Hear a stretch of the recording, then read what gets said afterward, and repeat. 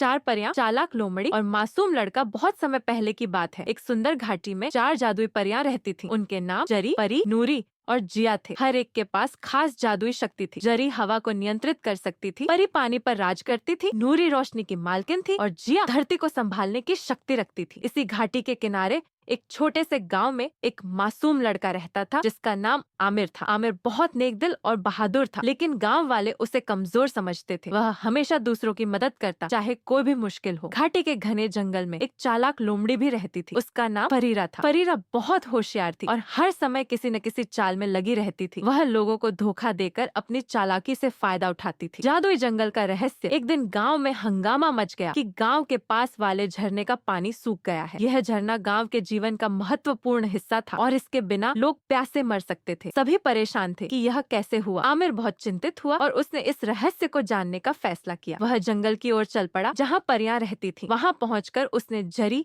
परी, नूरी और जिया से मदद मांगी। परियों ने अपनी शक्तियों से पता लगाया कि पानी किसी जादुई जाल में फंसा हुआ है। लोमड़ी की चालाकी। जब परियों ने और खोजबीन की तो उन्हें पता चला कि यह काम फरीरा का है। फरीरा ने अपनी चालाकी से झरने को रोकने के लिए जमीन में एक जादुई बांध बना दिया था ताकि लोग उसके पास आए और वह अपनी शर्तों पर पानी वापस दे। आमिर ने कहा, हमें इसे रोकना होगा, लेकिन कैसे? परियों ने सोचा और एक शानदार योजना बनाई। योजना और बहादुरी। जरी ने हवा को तेज कर लोमड़ी के ठिकाने का पता लगाया। नूरी ने अपनी रोशनी से आमिर को रास्ता दिखाया। जिया ने जमीन को हल्का सा हिलाया ताकि फरीरा परेशान हो जाए और परी ने एक जादुई बादल बनाया जो बारिश गिरा सकता था। आमिर फरीरा के पास गया और उससे बात करने लगा। तुमने झरने को क्यों रोका? यह तो सभी की जिंदगी है। फरीरा हंसकर बोली, अगर लोग मेरे लिए रोज खाना पीने का इंतजाम करें तभी मैं पानी छोड़ूंगी। आमिर बोला, ये सही नहीं है फरीरा, हमें सभी को मिलकर रहना चाहिए, न कि एक दूसरे को तकलीफ देनी चाहिए। फरीरा का सबक तभी परियों ने अपनी जादुई शक्तियों से झरने पर बनाए गए जाल को खत्म कर दिया और पानी फिर से बहने लगा। फरीरा हैरान रह गई। उसे समझ आ गया कि लालच का अंजाम बुरा होता है। उसने माफी मांगी